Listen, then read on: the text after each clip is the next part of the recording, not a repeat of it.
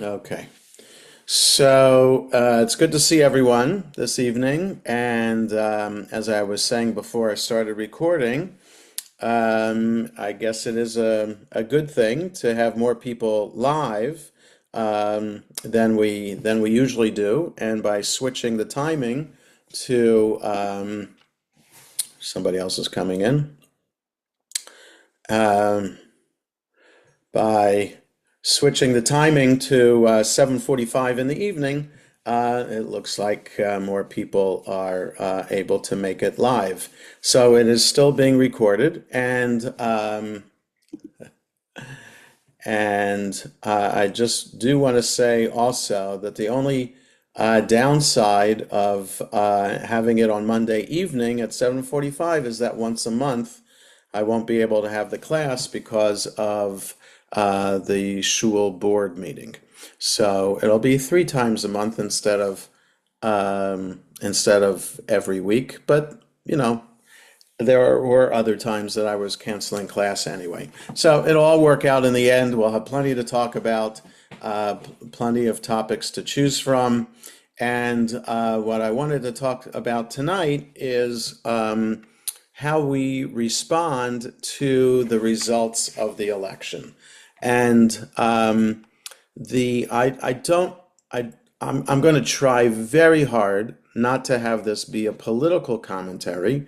It's a Jewish commentary about um, what kind of leader where we as a Jewish people are have as a model, and I want to, and then uh, is that model something that we've looked towards and had as a leader over the course of the generations for the Jewish people, and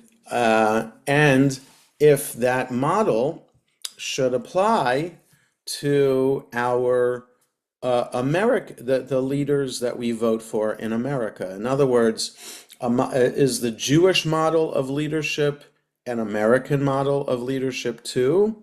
Um, and why not if it's not? And what do we do about it if we think that the model of leadership is worthy to aspire to? Okay, so that's kind of like the framework I'm going to be looking at. I want to share my screen because there are three things I want to share with you this evening about that. Um, so here we go. Um, um, okay, so hopefully everybody can see this. I the first section is from the Torah, and I'm going to read it out loud, and then you'll see two other articles that were in the New York Times today that from which I've also highlighted a couple of sections to talk about. So for those of us who are new to the live format of Jews in the News, just know that there's material I want to share. So if there's like a burning question about what I'm sharing, please interrupt and unmute yourself and ask the question. But otherwise, I'll open it up for questions and comments after I have what to say. So we find in the Torah in the book of Deuteronomy. So that's the last of the five books of Torah, and there's a portion called Shoftim, which discusses the judges that we're supposed to appoint and how they're supposed to take care of civil cases for the community. And then it also talks about the king. And so it says this, if after you have entered the land that your God has assigned to you and taken possession of it and settled in it, you decide, I will set a king over me, as do all the nations about me, right? So the Torah, the question about when this was written, in other words, there are many people, non-Orthodox Jews, who believe that the Torah was not given by God to Moses at Mount Sinai, but rather it was a collection of oral traditions that were collected and edited in the format that we know it, either at the time of King David or maybe at right before the exile to Babylonia in 586 BCE, or shortly after the return from Babylonian exile in the late 500s, early 400s BCE. Okay, so it's an ancient text, but maybe God didn't write it, but rather it's a response of people to the stories of the Jewish people and what is our relationship with God. So be that as it may, in terms of when this was written, the people decide, we think we want to have a king because everybody else around us has a king. So you shall be free to set a king over yourself, one chosen by your God. Right? So, okay, if you want to have a king, then God is saying, I'll choose one for you. But be sure to set as king over yourself one of your own people. Okay, so here are the conditions about what, like our Constitution says, the President of the United States has to be 35 years old at least and born in America. Right? So two conditions, for example, that the Constitution sets for qualifications for running for president. So here, what are the qualifications of being king? Has to be an Israelite person. Some saying Israelite, Jewish, really as a category is not until 2,000 years ago in the Torah. It's Israelite. So it has to be an Israelite. You must not set a foreigner over you, one who is not your kin. Okay? So an Israelite has to be king of Israel. Moreover, he shall not keep many horses or send people back to Egypt to add to his horses, since God has warned you, you must not go back that way again. Okay? So in other words, he should not be greedy and pursuing wealth as the king, and he shouldn't be asking the people of Israel to go get him more things. So in other words, the purpose of the king is not to use the people as servants, not use the people to, or use the office to become wealthy. And he shall not have many wives, lest his heart go astray, nor shall he amass silver and gold to excess. Okay? So no horses, not a lot of wives, and not a lot of silver and gold. When he is seated on his royal throne, he shall have a copy of this teaching, or the Torah, written for him on a scroll by the Levitical priests. Let it remain with him, and let him read in it all his life, so that he may learn to revere his God, to observe faithfully every word of this teaching, as well as these laws. Right? Okay, so he's supposed to study Torah. King of Israel has to study Torah, and he has a special copy written just for him, right? So of all the Torah scrolls in the Ark, imagine one Torah scroll written just for the king, and that's the copy that the king is going to be reading from throughout his life as king, so that he can deepen his reverence for God, right? So in other words, a king might think that the king is supreme over all, but by reading the Torah, even the king is supposed to recognize that even the king is not supreme over all. God is supreme over all. Okay? Thus, he will not act haughtily toward his fellows or deviate from the instruction to the right or to the left, to the end that he and his descendants may reign long in the midst of Israel. Okay? So, the king of Israel is supposed to be a moral and ethical person based on studying the Torah and following the Torah. It's not supposed to amass wealth to excess. He's allowed to be wealthy, but not excessively wealthy. And certainly not to use the people to try to bring horses. And he's not supposed to have a lot of wives either. Okay, so there's a lot of character that is being talked about in this section that describes what are the moral, ethical, spiritual requirements of the king of Israel. Okay, so again, we could, as sociologists, historians, anthropologists, kind of put this in context and study all the kings of Israel and see how many of them followed this, and it's very few.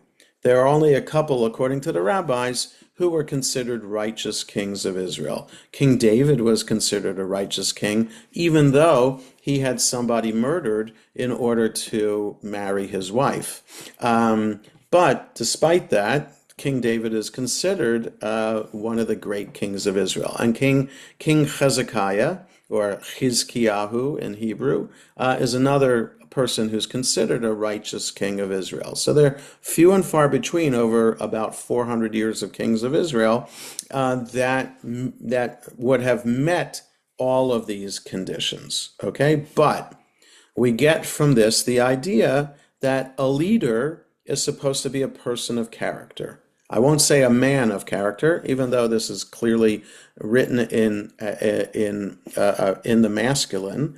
The character, it's, I understand it in an egalitarian way. Whoever is the leader has to be of moral, ethical, and spiritual character.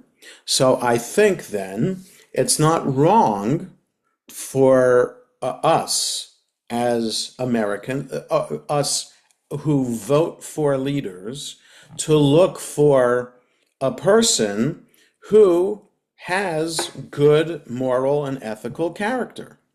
Okay, and one would assume, and I think this is an issue with the elections last week, that character for some was a major issue, and perhaps some assumed that character would be an issue for all of America, and that the fact that, and this is not political, no, you could be Republican or Democrat, and you can agree that Donald Trump was convicted in a court of law a few months ago in the state of New York.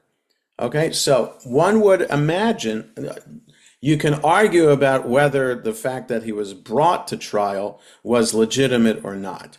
Okay, I get that. But the fact that he was convicted in a court of law many people would have thought that that would have disqualified him based on the definitions of character. And as I said on Shabbat, we assume that politicians are corrupt. And there are different levels of corruption that politicians have, but for the most part, politicians are corrupt. And there's a level of corruption that people just understand is part and parcel of what it means to be a politician today, which is tragic about the whole political enterprise.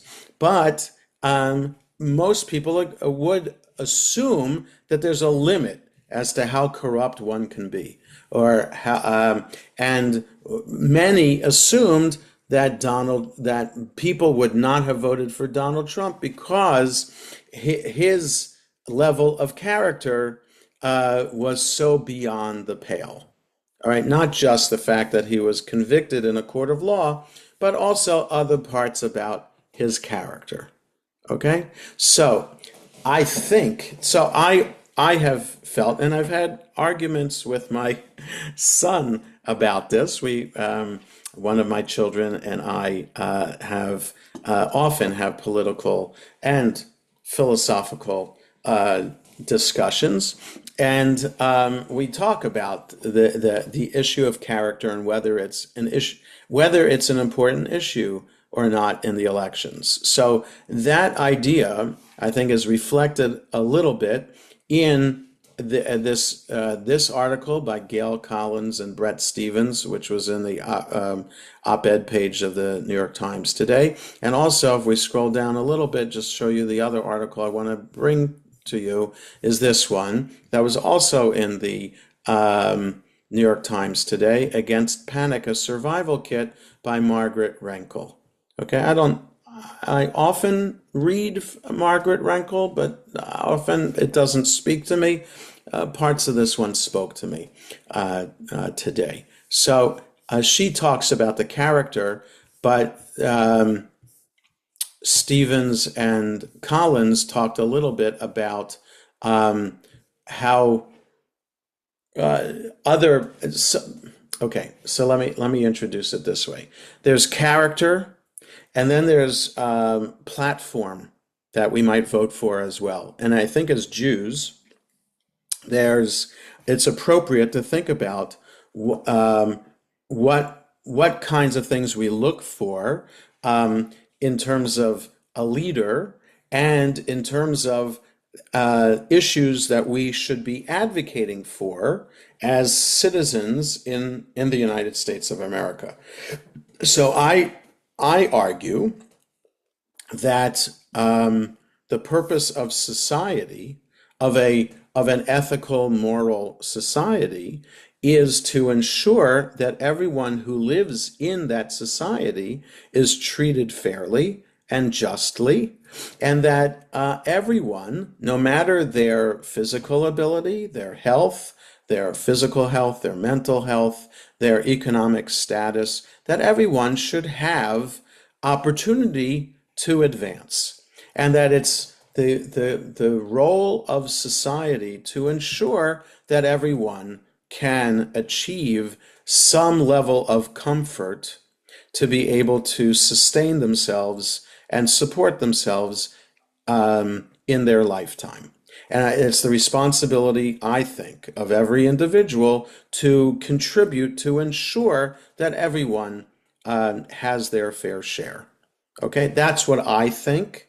And and so I don't think it's wrong for me to say that I'm uh, by definition then a Democrat as opposed to a Republican, because I think that there's nothing wrong with taxing people in order to ensure that there's adequate public school education, there's adequate welfare and social security, and et cetera, to make sure that society can function in this fair and equitable way.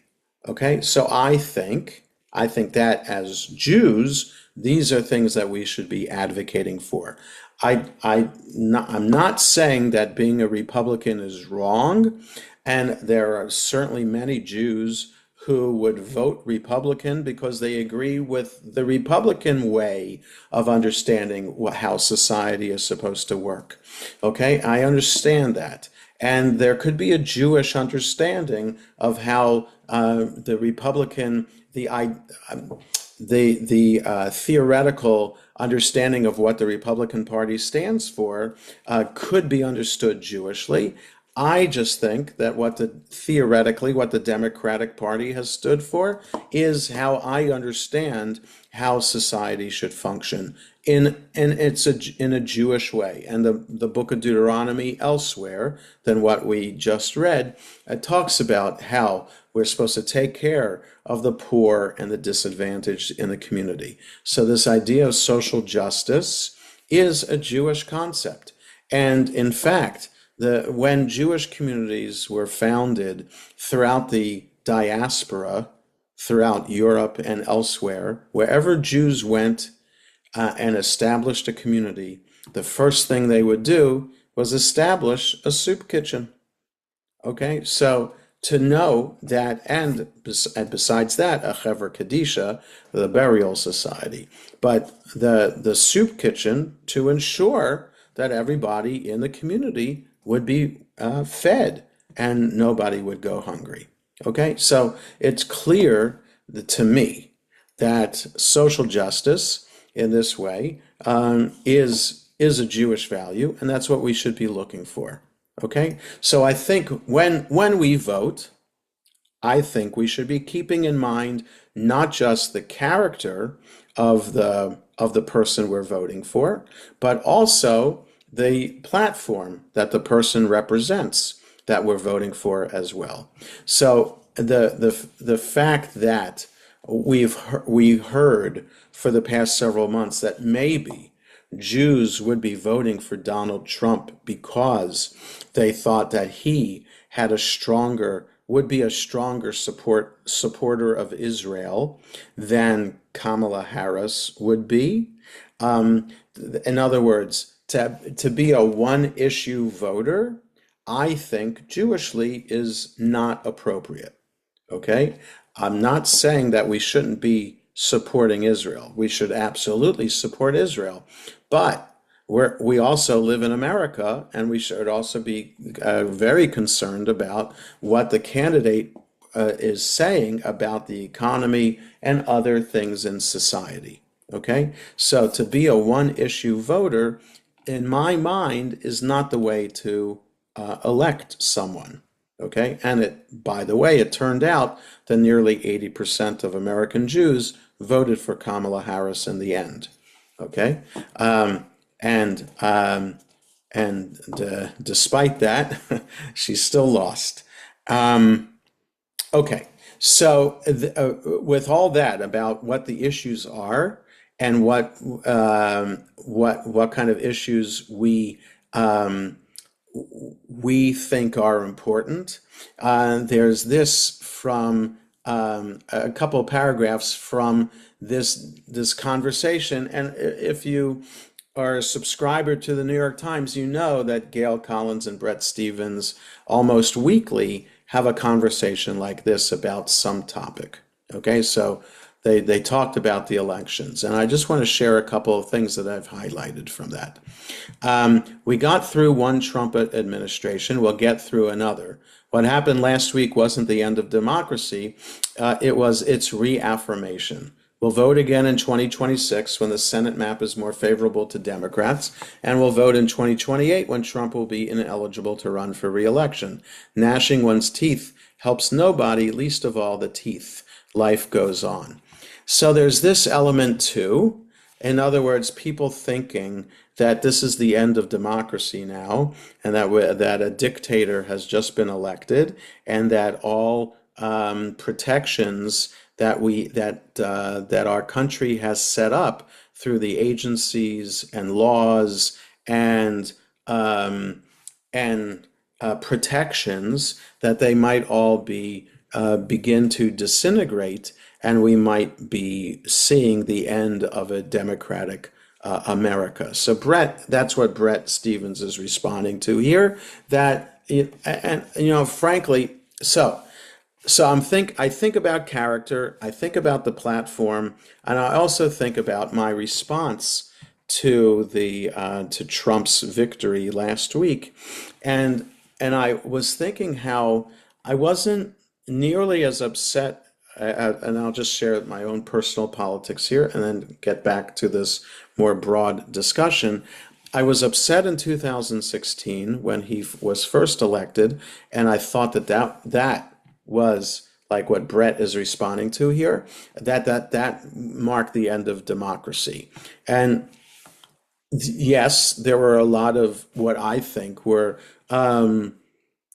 not great things that Trump did during those 4 years, but and they were definitely a threat to democracy on January 6th, 2020, absolutely. But or yes, so but America is still standing.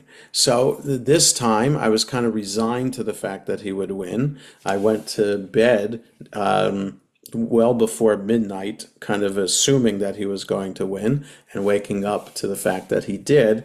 And I wasn't as upset about it. It didn't really hit my kishkas like it did in 2016. So I'm not sure why, but I think it's partly what Bret was saying here in these couple of sentences, that there's still life goes on, and America is still standing. There'll be a peaceful transition, and hopefully in 4 years there'll be a peaceful transition again, since Trump will not be allowed to run for election again. So there's that, and then there's this about the platform. So thinking about why perhaps why Kamala Harris lost and the Democratic Party kind of had less people voting for them this time than 4 years ago. A big part of the Democratic Party's problem is that it's become too associated with a type of cultural progressivism that rubs many people the wrong way. And this is Bret Stephens talking. I mean, things like the tedious and harmful DEI pedagogical complex.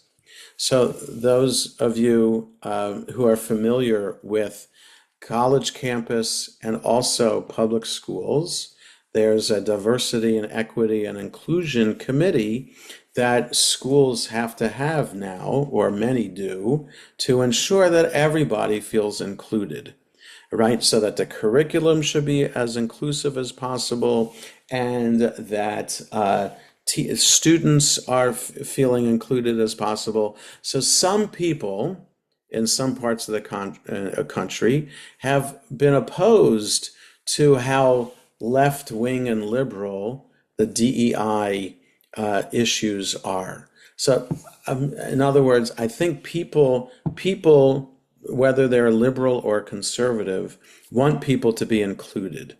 But I think that to be forced to be inclusive so liberally, I think people then kind of put the brakes on it and feel like this is going too far. So so the DEI, bail reform, drug decriminalization, public encampments, and so on. Democrats really need to jettison this part of the left, much in the way that Bill Clinton did in the early 1990s. So this is Bret Stephens, who's normally a conservative and normally votes Republican, who did say in his articles that he was voting for Kamala Harris, still says he's responding as someone who leans conservative, that the emphasis of the Democratic Party ought to be more leaning left as opposed to being centrist could have cost the Democratic Party the election. And I think Gail responds, the left is part of the Democratic Party, and the party is not going to dump active members who want to prioritize issues like bail reform or LGBTQ rights. But I think most Democrats, when they come out of shell shock, will realize that right now the central issue has got to be creating an economy that offers more people more ways to move up. And why I highlighted this is this idea. It's one thing to want to have ideals about who we vote for and what we stand for and what we think a leader should represent. It's another thing also to try to be pragmatic about it. Okay, so there's absolutely nothing wrong if one is liberal and one is leaning very left to vote very left. But if one, but at the same time, you want to win the election and you want to get things done. So what's the best way to get things done? Is it the best way to be an extremist and think that and not to compromise, or is the best way to be kind of a centrist to try to reach as many people as possible, and though you may not accomplish everything on your agenda, whether to the left or to the right, that you may want to, but if you do it a little bit, is that still okay? And so Jewishly, I'm thinking about that. Is it okay to compromise your standards a little bit in order to be able to accomplish something in the long run as opposed to the short term? So I think that it is appropriate to try to understand what your red lines are, and that your red lines should be pretty far out so that you have room to move and to maneuver, and so that you can get people eventually to get to the place where you want to lead them, as opposed to being so strident and opinionated and and and committed to one position. It's that or nothing. So I think then, so when Bill Clinton said in 1992 when he was running, it's the economy, stupid, so he's from the he was leaning liberal, but he decided that in order to win, you have to be a little bit more center to be able to reach more people. And so maybe that could have been a problem with why Kamala Harris lost, is because she was representing and speaking in a more liberal way than in a centrist way. So there is that. Okay. So that's what I wanted to share, and then just a little bit more from Margaret Renkel, and then I'll open it up for some discussion. So Margaret Renkel is writing about. So she's writing from a perspective of a Democrat and being sorry that Kamala Harris lost, and now what?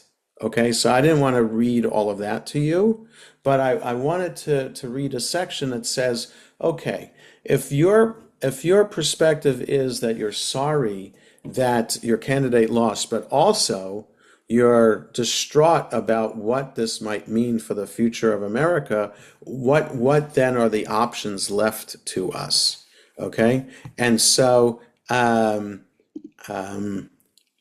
just yeah. What are the options that are left to us then to do? Like, if we're distraught, how should we be advocating now for the next few years how do we find hope uh, in in America, or in the democratic ideal, or in the American ideal for the next 4 years? Again, this is bordering on a political perspective, and I recognize that, and I'm sorry about that. But I think if we step back from it, no matter who would have won, people would have been upset that their candidate that the candidate they voted for lost. Okay, and then what do you do? How do you recover from being upset that your candidate lost? Okay, so it's not specifically about Kamala Harris lost. Oh no, now what is America going to do? It's not that. It would be any candidate who lost. What does the losing side do to try to feel better? Okay, so this is what she says. I am 63 years old, a liberal child of the Jim Crow South. For my whole adult life, I have been fighting for a world where a man like Donald Trump would never be elected. Not once, much less twice, and I'm tired of fighting. Okay, so in other words, character is important. Okay, that's what she was saying all along before this highlighted section I started to read. Character is important. So a lot of us are tired of fighting. A different result last week would have been at best a temporary reprieve, and I knew that. I wanted the reprieve anyway. I wanted to wake up on November 6th and breathe a sigh of relief. But Donald Trump is not a blip or an aberration. That should have been clear long since.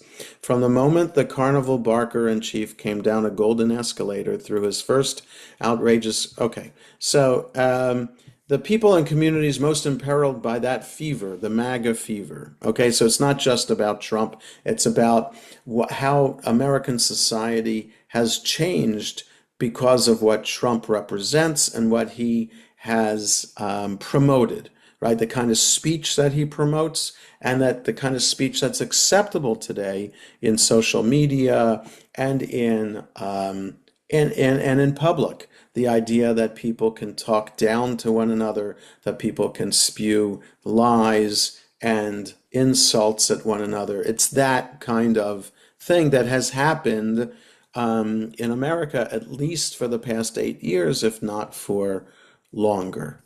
So the people and communities most imperiled by that fever have known this truth from the beginning. I'm embarrassed that it took me so long to give up my own naive hope for a return to normal. What this election has made absolutely indisputably clear should have been clear to me all along. I will be fighting for the rest of my life to preserve the promise this country still holds for pluralism, for fairness, for decency, for true freedom. I am never going to breathe a sigh of relief. What choice is there but to fight? Okay, so if you have a vision of a democratic America, which all people in America should have, whether Republican or Democrat, and then you feel that that is threatened, well, you still want to fight for your perception of what democracy means, whether it's from a liberal perspective or from a conservative perspective. You want to keep on fighting for that. But how do you find motivation to keep on fighting? To give everything we have to the cause of keeping American democracy alive, if only long enough for another generation to have the chance to fight for it, is nothing less than a moral obligation. As Adrienne Johnson Martin, editorial director of the nonprofit news site MLK 50, wrote last week in a newsletter to subscribers, Dr. Martin Luther King Jr. Dr. Martin Luther King Jr. wasn't wrong. The long arc of the moral universe still bends towards justice. The weight of the work helps it bend.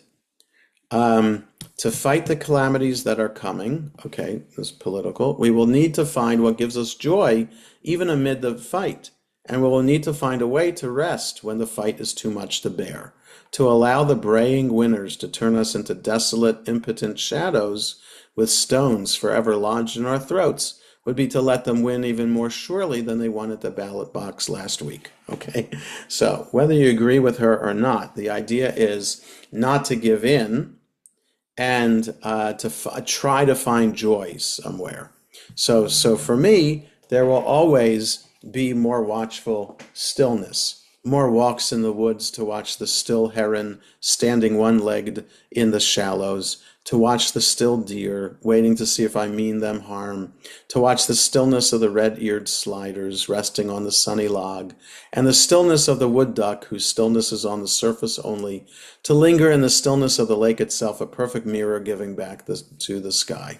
There will be more books and more poetry and more time with friends and more afternoons sitting on a bench and watching the leaves fall. I will be fighting with all that I am, but I will also be reminding myself again and again not to wait for the world to give me a reason to sigh with relief. I will give myself respite. I will remember not to keep waiting for sweetness and rest to arrive on their own. If it be not now, yet it will come. The readiness is all. Shakespeare wrote in Hamlet. I'll remember that too. Okay, so that's what I wanted to share this evening about this. Just giving you some food for thought here. I know it's provocative, especially if some of you may have voted for Donald Trump and might be offended by what I was sharing. I'm trying very hard not to be anti-Trump, but more about what I think are important to me as a Jew and what I think the Jewish values are that we should be looking for when we're voting. So the issues of character, issues of the entire political platform that we should be interested in and should be advocating for. And then what happens when our vision of a leader is not fulfilled in the person who was elected, and if we think that that person might threaten our vision of what a leader is and what the political platform is, and where do we find inspiration to keep on fighting? Okay. Any thoughts, comments, questions? Yes. Yes, Rabbi. I'm probably the only conservative on this No, panel. no, don't assume So, anything like that. Go ahead. so I, to be honest with you, I'm not sure it would be appropriate for me to say some of the things that I would say in a public forum. I would love to meet with you one on one. Okay. Everything you just argued, I would argue totally against it, and I would be speaking Okay. from a refugee, from a Jewish refugee who comes Okay. from the Middle East, Fair enough. and to me, everything is about the status of the world, not just the United States, Okay. under the current administration of what's happening around the world. And Okay. then you can bring it back, the existence of Israel is paramount right? because nothing we talk about, nothing we do as far as Shabbat, studying Torah, none of that means anything if Israel doesn't exist, if we don't Okay. exist. And that's the bottom line to me. But I have so many other points I can make, but All I right. respect others, so So, I'll stop here. But at so some I, point, I would love to talk with you one on one and share my thoughts. okay. So I just want to say, Gabe, I appreciate that very much. And and again, thank you for not saying what your point of view is because didn't want this to go into. Absolutely. I have much respect for you and for the panel. No, no, no, no. So I just want to say that it's a balancing act that I do every time that I enter into a topic for Jews in the news that is political. Okay, and so I don't want to have a political discussion. I'm not an expert. I'm not on CNN or MSNBC or Fox on a panel about politics because I'm not an expert on it. And I don't and so what I wanted to bring up is what I did bring up. The my perspective, a Jewish perspective on what I think a leader should be, and my perspective on what I think we as Jews should be advocating for in America, and what we do when we think the candidate who won, who was not the candidate we voted for, might threaten the above. Okay, so I appreciate it, Gabe. I'm happy to have a conversation with you offline, and I will say, I'm not discounting that there are people who voted for Trump who are still good people, and their perspectives could still be good perspectives on the world, on America, on the economy, and things like that. It's just not my perspective. Okay, and I also want to say that that what is lacking today is the ability for people to have an open, respectful conversation. Totally agree. People who disagree should still be able to have an open, honest, respectful conversation. And in the end, and the purpose of the conversation, not to try to convince the other that they're wrong, but rather just to help understand where somebody else is coming from and maybe add some more information to because it's always good to still be learning from other people and to appreciate where people come from. Okay? Absolutely. So, okay. That said, Perry. Well, first of all, I'm very glad that one of your first remarks was that people should not be a single issue voters, because I've had that discussion with folks I know, and I think it really puts blinders on them. I've got a whole bunch of stuff written down that I could say about Donald Trump, but I'm not going to say that. Don't do it. What I'm going to say is we've all lived through Republican administrations when we were Democratic, and we've done just fine. Right. I may not agree with things, but there's been civility. Yes. And I'm just very concerned with the civility. I'm partially concerned about issues because I think that the upcoming administration will browbeat people on the issues as opposed to having frank and honest discussions that allows people to express their opinion without fear of reprisal. So what I'm concerned about is not the politics per se. Mm-hmm. I'm concerned about who the face of the United States in the future. So, so Trump has been quoted in the past several months of saying that he's going to get back to at the people who had threatened him before. So you could say that that's all talk, but it might be legitimate to be concerned about that. And yes, that goes to my understanding of what the character of a leader should be. And I get it that people, I was just listening to the news today, And on NPR, quote, just for a few minutes listening to NPR, they went back to Reading, Pennsylvania, where both candidates were the past few weeks to stump, um, to talk to Latino voters there, and and react to the fact that Trump said some pretty nasty things about Latinos, and the people saying we don't care about that. He has to say what he has to say. He speaks his mind. We love it when he speaks his mind. Okay, so all I'm saying is that yes, there are things that we should be concerned about, and we should be concerned about them whether it was Harris who won or Trump who won, and that we should always we should be on guard all the time and aware. And what I want to say about that is it's exhausting to have to keep on advocating for issues. It takes a special person. It takes organizations, tremendous amount of resources and strength to continue the fight, right? How does ADL maintain the fight against anti-Semitism, which it has for the past 100 years, and not give in, right? You'd think that after the Holocaust, the world would have learned its lesson and people wouldn't be anti-Semitic anymore. And then on the 86th anniversary of Kristallnacht, you have hooligans running the streets of Amsterdam chasing down Jews, and that Jewish tourists were told to stay hunkered down in their hotel rooms for a couple of days until it was safe to leave their hotel rooms in Amsterdam. Who would have thought that such a thing would happen again in the world today? So it's exhausting.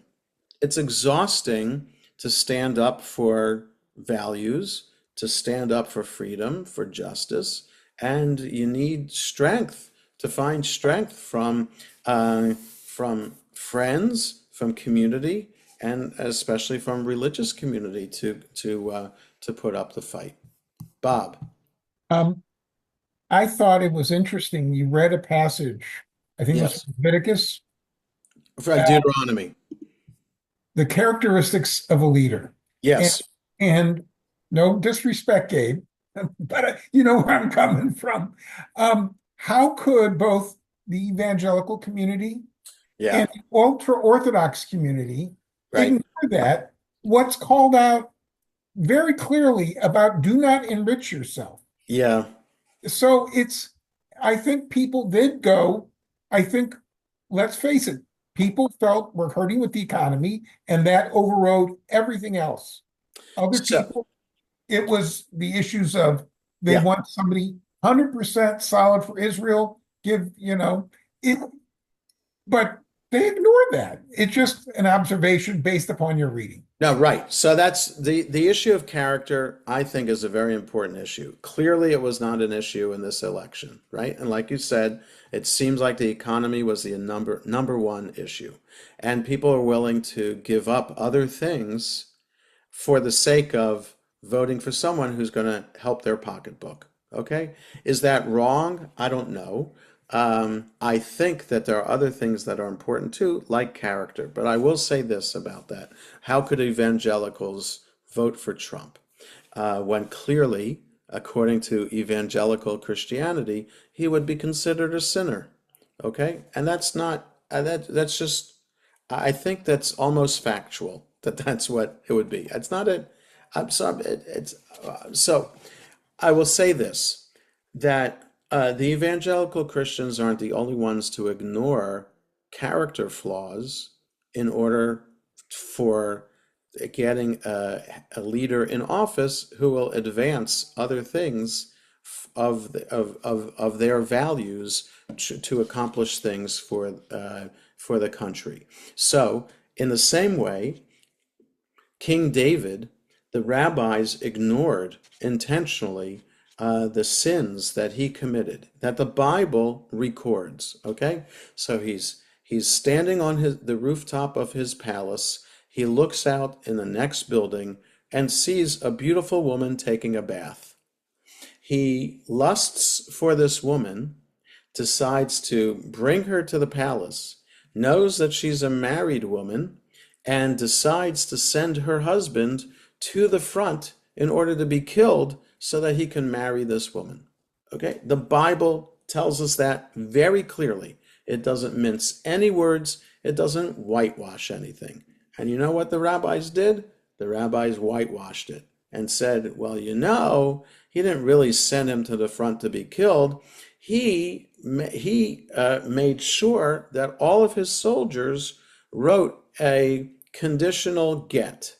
In case I get killed at the front and you don't find my body, consider yourself divorced so that you'd be free to marry anybody you want. Okay, it's in the Talmud that's what the rabbi said about King David, and there are a couple things wrong with that. First of all, to whitewash somebody's character that way, to make it seem like he didn't do anything wrong. And second of all, King David knew nothing about the concept of a get. That concept didn't exist until the rabbis created it 1,500 years, 1,000 years after King David lived. Okay, so what I mean by all of that, and we can have a lengthy discussion about King David and the rabbis' opinion of King David. We could save that for another time. But what I want to say about that is that our religious tradition is willing to cover up some flaws and reinterpret the character as it appears in the text to have us understand really what the rabbis think we should be understanding about the person. And we do it, Christians do it, Muslims do it. Every religion does that because they see the value of the person and they cover up some flaws because the other things about the person are more important. And so, in fact, the evangelicals used some model. I read this a couple of weeks ago, comparing Trump to this little-known king of Israel, known King Yehu, and how King Yehu, one of his first mission was to kill Queen Jezebel and the evil Jezebel. So there was that model in evangelical that Trump is King Yehu, Kamala Harris is Jezebel, and that's what the election is all about. So the bottom line is that there are people who can look at candidates in a whole variety of ways and weigh certain aspects of the candidate against other aspects of the candidate. And if the other aspects that represent who they are outweigh the flaws, then okay, ignore the flaws for the sake of the bigger picture.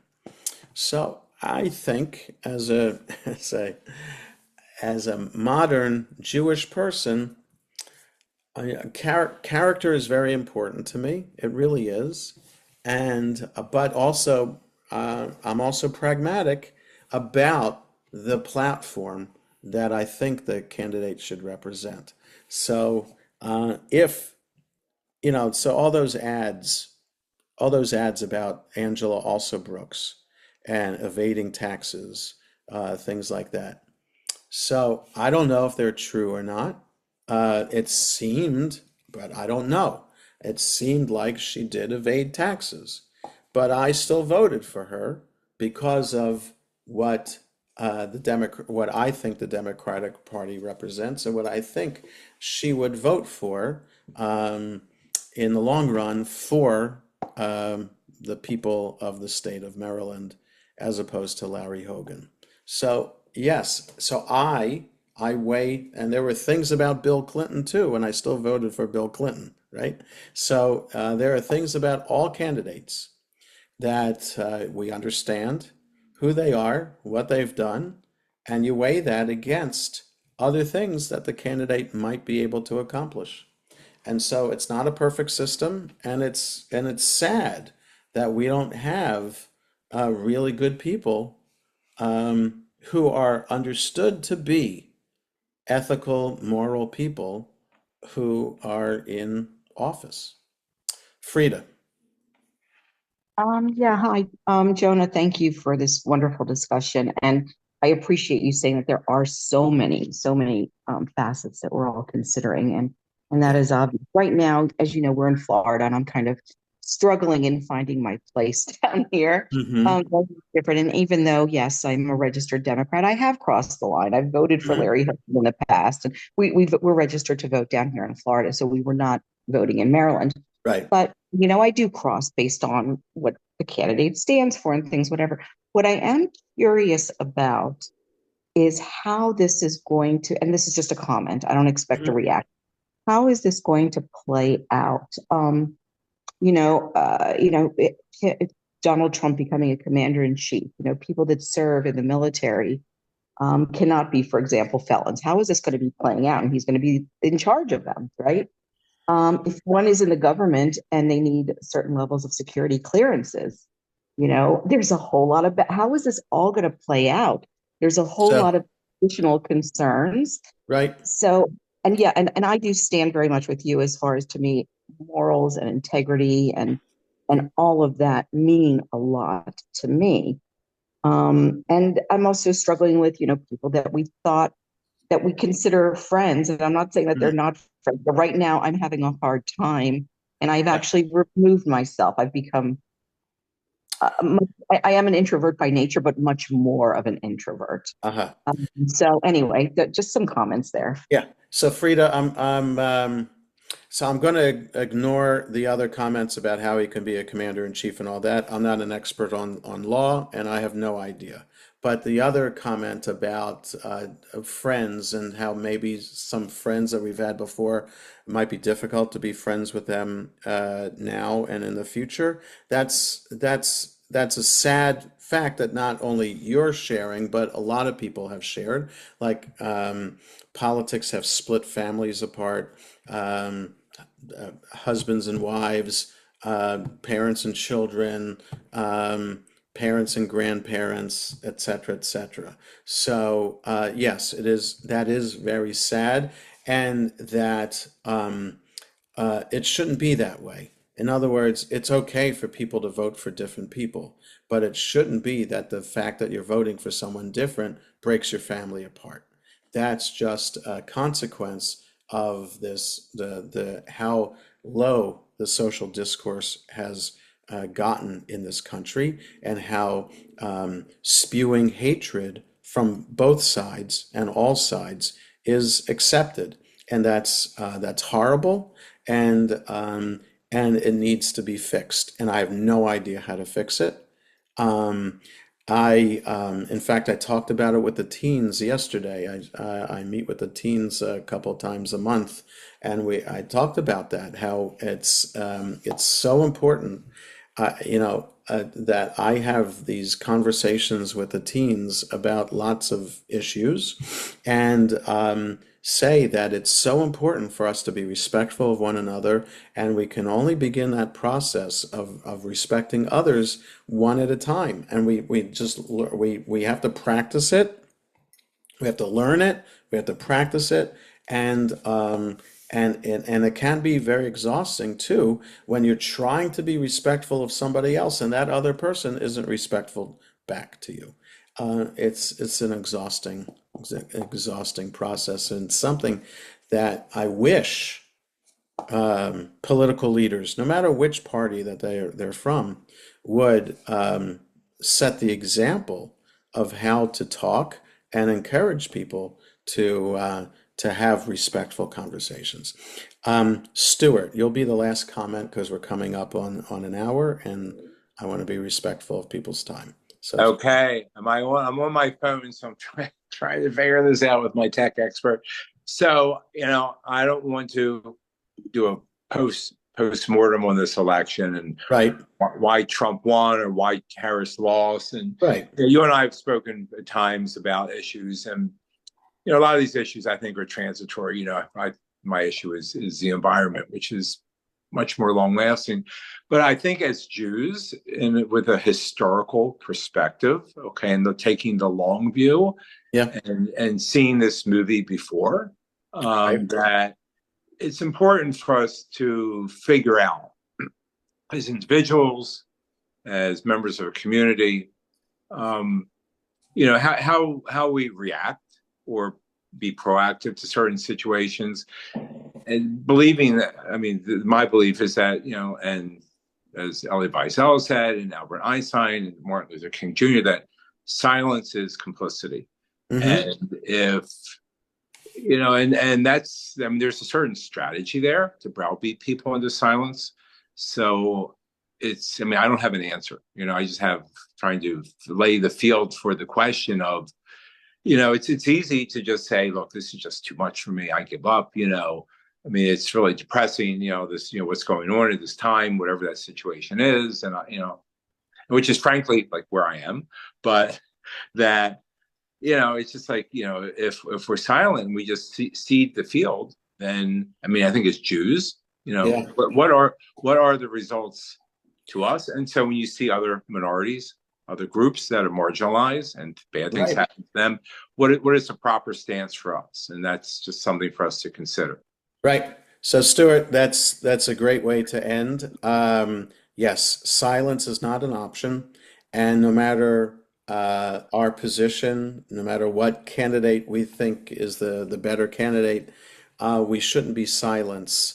We shouldn't be silent. We should be standing up for what we believe in. We should be advocating for issues. We should be involved, and if we can't personally do it ourselves, we should be involved with organizations that we agree with that fight for these things. So if we care about the status of immigrants and refugees in this country, we should be active with HIAS. If we care about anti-Semitism and the rise of anti-Semitism in this country, we should be involved with ADL, etc., etc. So yes, silence should not be an option. And like Margaret Rankel said, sometimes she has to go for a walk in the woods. Okay, go for a walk in the woods as long as it inspires you then and rejuvenates you to fight the fight. So yes, silence. We need to keep on fighting. We need to keep on advocating. So thank you all very much for being here this evening. Much appreciated. We will meet again next Monday. That's the 18th. Then there will be 2 weeks in a row that we will not meet. So the 25th I'll be away, and then the first Monday in December is a board meeting, so I will not meet then. So we meet next Monday, and then we're off for 2 weeks. But it'll be, the schedule is in the weekly updates, and have a good night, everybody. Take care. Good night.